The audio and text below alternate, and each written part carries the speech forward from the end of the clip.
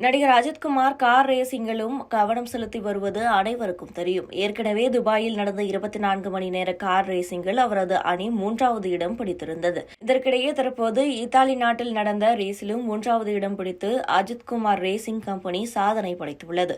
இப்போது தமிழ் சினிமாவில் உச்ச நட்சத்திரங்களில் ஒருவராக இருப்பவர் அஜித்குமார். அவரது படங்கள் எப்போது ரிலீஸ் ஆனாலும் மாபெரும் ஓப்பனிங் கிடைக்கும். கடந்த பிப்ரவரி மாதம் அவரது நடிப்பில் விடாமுயற்சி ரிலீஸ் ஆன நிலையில் அடுத்து குட் பேட் அக்லி படம் ரிலீஸ் ஆக உள்ளது. சினிமா ஒரு பக்கம் என்றால் மற்றொரு புறம் ரேசிங்கிலும் அஜித் சாதித்து வருகிறார்.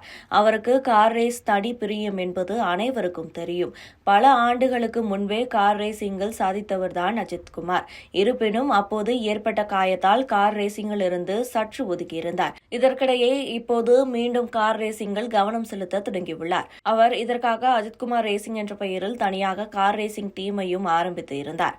முதற்கட்டமாக கடந்த ஜனவரி மாதம் நடந்த 24 மணி நேர கார் ரேஸில் அவரது அணி பங்கேற்றது. அதில் மிக சிறப்பாக அஜித்குமார் ரேசிங் அணி செயல்பட்ட நிலையில் 3வது இடத்தை பிடித்தது. துபாயை தொடர்ந்து பல்வேறு நகரங்களிலும் கார் ரேஸ் நடந்து வருகிறது. அதில் தொடர்ச்சியாக அஜித்குமார் அணி சிறப்பாகவே செயல்பட்டு வருகிறது. அதன்படி தற்போது இத்தாலி நாட்டில் நடந்த கார் ரேசிங்கிலும் அஜித்குமார் அணி பங்கேற்றுள்ளது. இத்தாலியில் புகழ்பெற்ற முகெல்லோ சர்க்கியூட்டில் இந்த போட்டி நடந்தது.